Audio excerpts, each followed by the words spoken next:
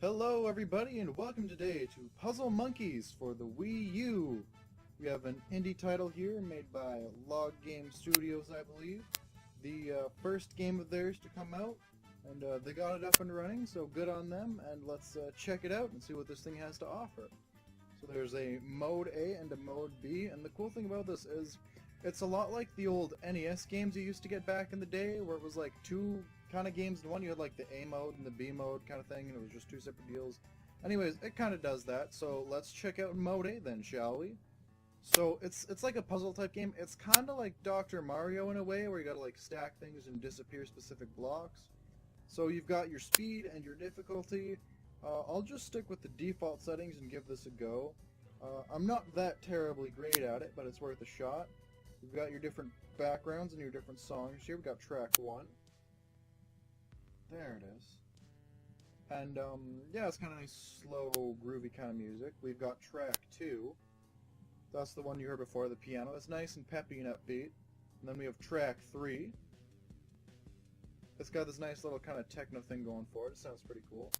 And then you can also just go no music if you'd like to play in silence and focus, which is probably a good thing if you're going for the high score, but I'm not. I'm just here to have fun and show you the game, and I like track 2, so that's what I'm doing. If you got a problem with that, well, then buy the game for yourself and play it with the music that you want. And you should, because this is actually a pretty good game. So there you go, you can see I just got those 3 reds together, and they popped. And now I can get these 3 yellows together, and then they pop. And now you can kind of see how it goes. And you can see I really screwed this guy up here. But what happens is if I get the greens to go sideways, he can still pop. So this one here, and then, oh, line that up right, and 3 greens in a row and he still pops. So it's that cool kind of like puzzly set 'em up type deal. I don't really know how to describe it. I don't play a whole lot of these games, to be honest, but you know, they're still pretty good. They're pretty fun, and this one, it's a good one, I gotta say. I enjoy this one. Now, obviously, as you can tell, the graphics aren't exactly anything to write home about. They're pretty simple, they're pretty basic, everything is just kind of got this nice blocky feel to it. But you know what, I like that, because in my honest opinion, as nice as great graphics are, I would honestly rather a developer focused more on the gameplay than the graphics, and really nailed that aspect. So, as you can see here, I'm horribly screwing... never mind, that went well. Oh! I guess that's the thing you can do, is you can, like, slice the blocks up. I didn't know that. That's actually pretty cool. I can... oh, and I'm gonna lose now. I can see that coming in handy in, like, some different strategies and stuff. So here, I'll just stack up and... oh, start a new game.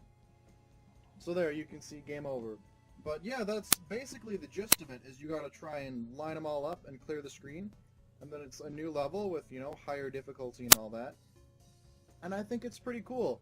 As I was saying, you know, the graphics and all that are simple, and you can tell it's an indie game, but it's $3 on the eShop, so at that price, you know, you really can't be too concerned about that. And the game, it actually works well, and it plays well, and they got the mechanics down. And in my opinion, I honestly think it's better to have a working game that you can actually play and that's fun, than worry about the graphics and all that, because then you get like a AAA title like Assassin's Creed, where it's all pretty and shiny as long as it doesn't forget, but it doesn't run, so... you know, good on them. I really like this. My only complaint so far is the buttons here when you game over. You click them on the touchscreen, and sometimes they don't register for me, so I just have a little trouble hitting them, but don't know if other people are having that issue or not. But let's get back into it, try another round, see if I can't do a bit better this time. There we go, get 2 at once, pop him, and take care of him. There we go. Oh, this is going much better this time around. Here we go. There we go, I got this down now, down to a science. Let's see, I guess I'll put him there, and, oh, here we go, and take care of that one, and now I just have those 2 guys left, but they're kind of buried and out of the way, so gotta find a way to get to them. Oh, here we go, if I put this one here, I can clear up that gap and shove a yellow in it when I get the chance, like right now. Here we go. And now I can do this, that'll clear him. And I just have this last guy over here in the corner. Oh, and there, I got a double yellow coming up. And level cleared. There we go. And then you got the nice little level up effect scroll across the screen, and it starts you up again, another round. More monkeys. And good God, I have no clue what what I'm supposed to do here. That worked well. Let's do that. That actually was 100% unintentional, but absolutely fantastic. So as you can see, there's like a lot of different combos you can get with this, and I think that's really cool. Is because like there's a lot of puzzle games out there, like you've got your Tetris, your Puzzle-de-Pon, and Pokemon Puzzle League, and things like Puyo Pop Fever. But this, because they come down in blocks like all this, it may seem like just a minor thing, but because of the way they come down, and since you can split them up like that, it actually adds a whole nother level of strategy to this type of game, and I think it's really cool. Now, a lot of the games I mentioned before, with the exception of Tetris, unless you count like the new Wii one and all that, is they're kind of a multiplayer puzzle game. This is single player only, unfortunately. But you know what? Like I said, it's $3, so you can't really fault it for that. If it had some sort of multiplayer element, that would be absolutely fantastic. But very hard to implement, obviously. And also, it'd be tricky to do with this style of game, because it's so different and all that. But yeah, it's really cool, and I like this. So, if puzzle games are your thing, and this... Oh, I haven't seen a 4-of-a-kind color yet. That's new. That would be super useful. But yeah, anyways, like I was saying, if you like puzzle games, and this seems interesting to you, I highly recommend you give this a look and check it out, because I'm having a good amount of fun with it, and like I said, $3, you can't really go wrong at that price. There are... Oh, hang on a second. Alright, so, like, there's a second mode, and it uses touchscreen controls and all that, but something I just noticed here is the same touchscreen buttons appear in this mode. So what happens, this is 3 green and a red, if I tap the green button, then it pops. So there's the 4 colored buttons, so you can tap a color, and then it pops. It instantly causes the blocks to drop, though, so you can't adjust it.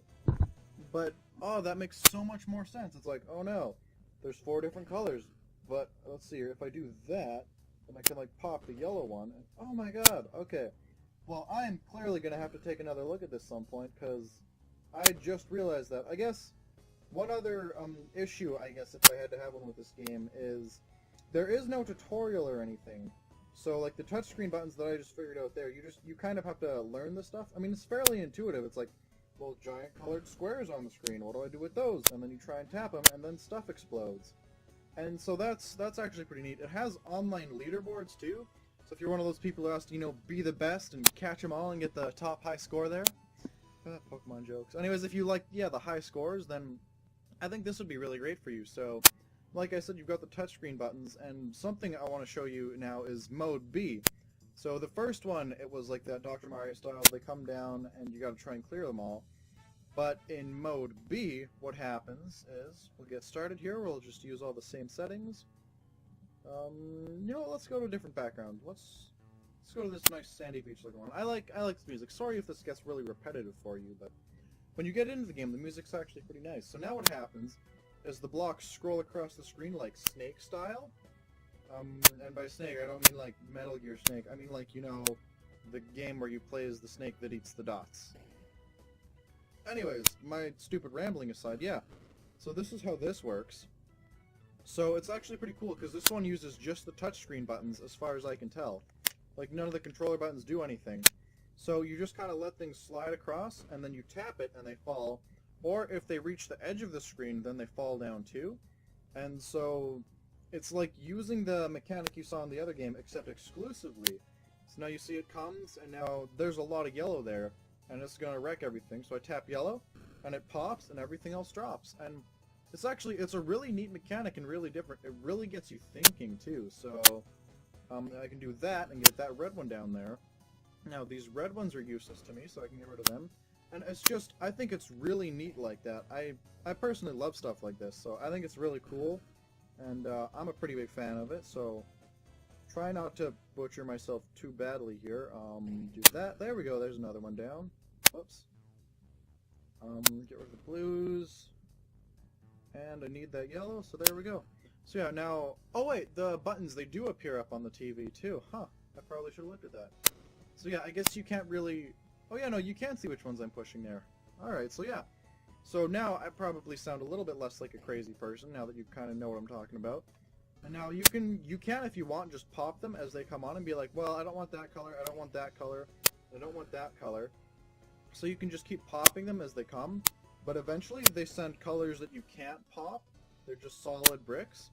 So that's, it's kind of their way of countering that I'm just going to pop everything. And if you stack one side too high, like I just did there, then, like, I was looking at the left side of the screen going, okay, I got to line this guy up, but then the red one started coming.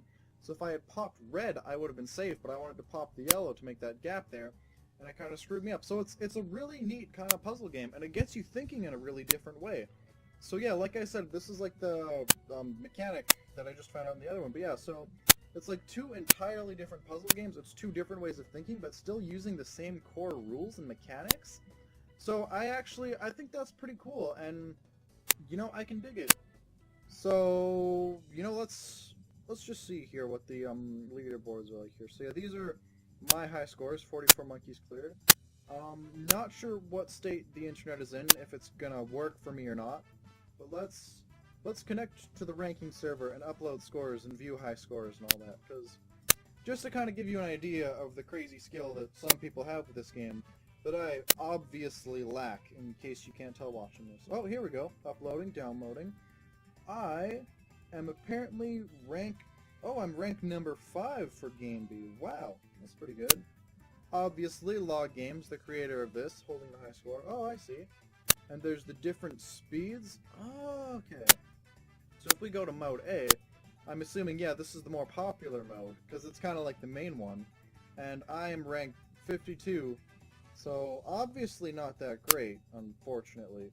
Let's just flip right up here and see if we get here the top 3. Number 3, 564,000. And what was my score at? 17,000. I can't imagine that happening anytime soon, but yeah, it's got these cool leaderboards, which is pretty sweet. And, I can't stress enough that if you think this game looks cool and it looks like something you'd enjoy, then you should really go out and get it. It's a great thinky, puzzly game, and, it's from an indie developer, so you get to support an up-and-coming studio, which I think is really fantastic. And, it's a great game. I don't really have any issues with it, and I love it, so here we go. This, now that I'm playing with, the touch controls and you're plopping it, this is so much easier. Oh, I love it. There we go, so I can do that. It keeps your screen a lot less cluttered when you're popping those. Okay. No, this is actually really cool now. Holy crap. No, I love this. There we go. I'll save the pop. So, I don't know, maybe the fact that I could get 17... Oh, I probably should have popped that. But maybe the fact that I could get 17,000 points without realizing that there was a major mechanic I was missing, maybe I'm a really good player. Maybe. Like, it's like a little challenge you can set for yourself. It's like, alright, how far can I get without using the touch controls at all? And it's super cool like that. It's a really neat game, and I love it, and there we go. This is going so much better now. And I can't stress enough that if you like this game, if you like the looks of it, then seriously, you should go out and you should buy it, because it's a lot of fun, and it's from a nice indie company, Log Game Studios they're called, so you can go out and you can give them a hand. This is their first game, and they love the feedback, so if you have any thoughts on this, feel free to reach out to them on Twitter or anything. Give them a shout, let them know what you think about it. If this looks awesome, if you think there's something they should change and fix, just let them know, because indie devs, they love that kind of information. And I actually got a copy of this to look at through Games Matter on Twitter. So yeah, it's really something people are trying to do, is just raise awareness for indie developers and kind of get promotion out there and stuff. And I think it's really cool. So if I do that and then let that drop and pop it, oh, that's really cool. So what you can actually do is let something hit and drop, and I'm just going to leave it there. But if you let something hit and then you move it over, and then I tap that, only that green one disappears, because the other ones are already locked into place. Man, this is so cool. There's so much strategy here, and I really love it. If you were a fan of like old NES games and stuff, where it's like, alright, here's your game, play, and they don't hold your hand or anything, I think you'd love this, because this is just really cool like that, and the stuff you can pull off. This is actually incredible. I'm digging this now. Oh, I might have to come back and do another video on this and take a second look if I ever get good at this, because this is awesome. So yeah, no, I'm definitely digging this now. Oh, for sure. Here we go. I gotta try and get... Oh, there's a red and a blue, so I can pop the green, let him come down. Oh, combo. That feels good. Do that. And here we go, so I can pop the blue and get all that cleared. And there we go. Oh, this is going so much better. Oh, okay. Oh, this is awesome. So I can do that and pop the green. This is really cool, you guys. And you know, the guys who made this Vlog Game Studio, if somehow you find your way to this video, I just want to say, you know, awesome work. I love the game so far. And, you know, just keep at it. Whatever you work on next, I'll be sure to check out. And any people that are into indie games and they want to support people like this, I'd highly recommend checking out the game, spreading the word about it, you know, talking to the devs, give them, you know, advice, support, anything you have for them. And also, if you want to get involved in the Games Matter campaign on Twitter, feel free to look it up. @VidGamesBible is the one who currently runs it. It used to be a thing that Indie Gamer Chick did, so it's really cool. And, you know, I'm glad that they're keeping it going, because it's awesome. So, yeah, definitely check that out, I think is what I have to say. And check out Puzzle Monkeys if this looks like your cup of tea. And I think I'm just going to keep playing this for a bit. And I hope all of you have a fantastic day. And with that, I guess I will see you later. If you like this video and you want to hear more, I'm going to try and cover more Games Matter content in the future. Then be sure to leave a like and comment, subscribe, all that stuff. Keep up to date on my content. And yeah, thanks so much for watching, you guys. Thanks for listening to me ramble on about this game. And I guess now is about the time where I should probably shut up and let you go. Not that I'm holding you here, you can always just, you know, kind of exit the video. You do have free will.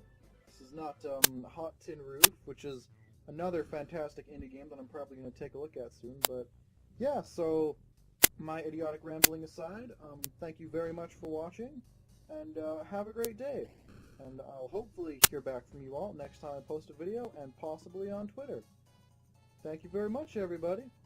Bye!